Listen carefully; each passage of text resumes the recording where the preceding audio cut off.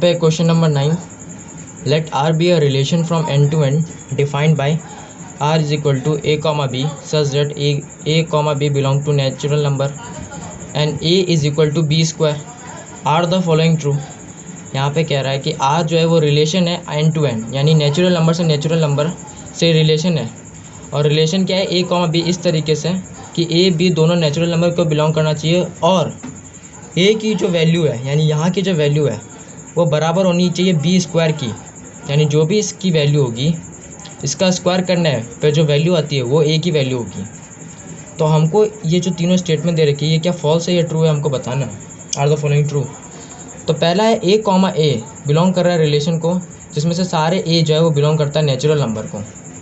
तो पहला वाला देखते क्या कहता है, ए कॉमा ए, यानी कि इन्होंने बी की जगह ना ए की रख दिया है। इसका मतलब क्या है कि अगर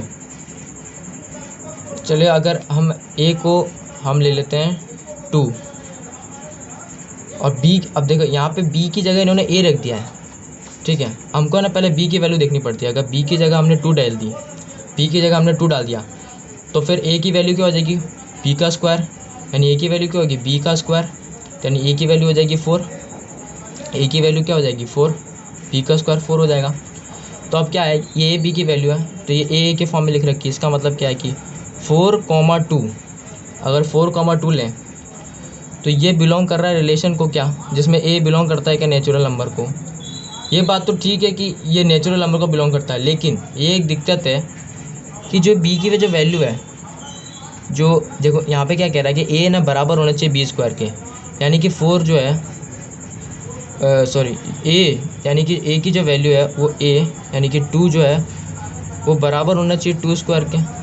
मतलब ये तो होगा नहीं ना, 2 की वैल्यू 2 स्क्वायर के बराबर नहीं हो सकती, it is not equal to. यहाँ पे 2 जो है बराबर नहीं होगा 2 स्क्वायर के, तो यहाँ पे ये जस्ट ये फॉल्स हो गया।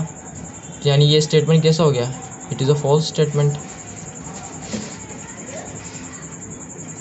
ये फॉल्स स्टेटमेंट हो गया। तो 2 इज़ इक्वल टू, यहाँ पे ये फॉल्स स्टेटमेंट समझ में आ गया ना कि आगे यहाँ पे देखिए ए अगर 4 लिया है और बी अगर 2 लिया है तो ए की वैल्यू बी का स्क्वायर होना चाहिए, यानी बी की वैल्यू 2 का स्क्वायर यानी 4 होना चाहिए, लेकिन दोनों बराबर भी होने चाहिए।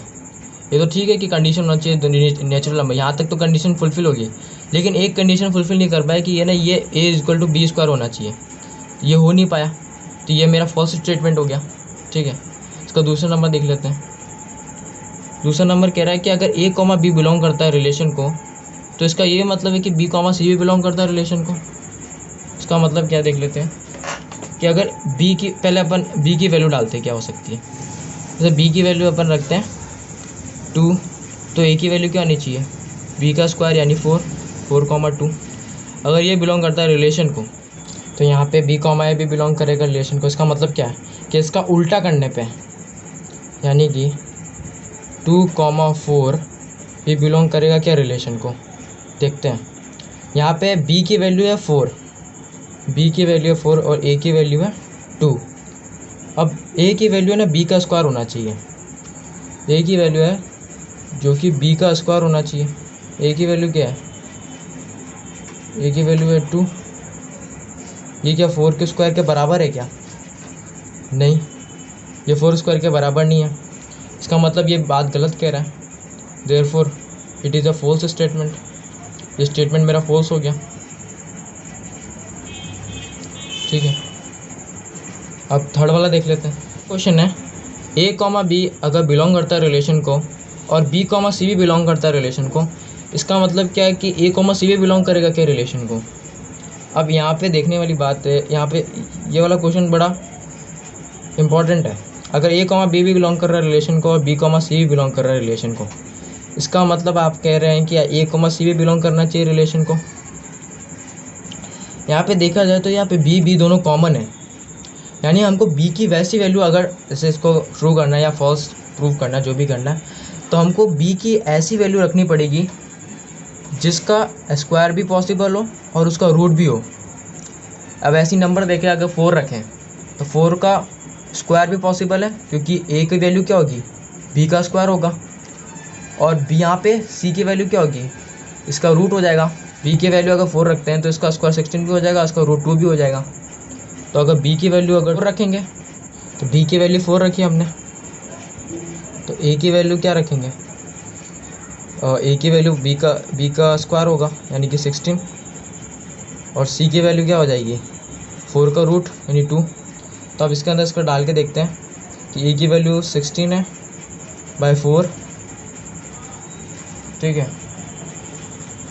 ये बिलोंग करता है रिलेशन को। और बी कॉमा सी क्या है 4/2, ये बिलोंग कर रहा है रिलेशन को। इसका क्या मतलब है कि ए कॉमा सी यानी कि 16,2 का ये भी बिलोंग करेगा कि रिलेशन को। देखते हैं यहाँ पे बी की वैल्यू जो है, यहाँ पे ए की जो वैल्यू है बी का स्क्वायर होना चाहिए, तो क्या 16 बराबर है क्या 2 के स्क्वायर को, बिल्कुल नहीं। तो इसका क्या मतलब है, ये मेरा फॉल्स स्टेटमेंट है, ये स्टेटमेंट मेरा फॉल्स स्टेटमेंट है। यहाँ पे है ना 16/2 हमने देखा, तो 2 का स्क्वायर तो 4 हो जाता है, लेकिन वो 16 के बराबर नहीं है, तो यहाँ पे ये फॉल्स स्टेटमेंट हो गया। ये क्वेश्चन नंबर 9 खत्म होता है।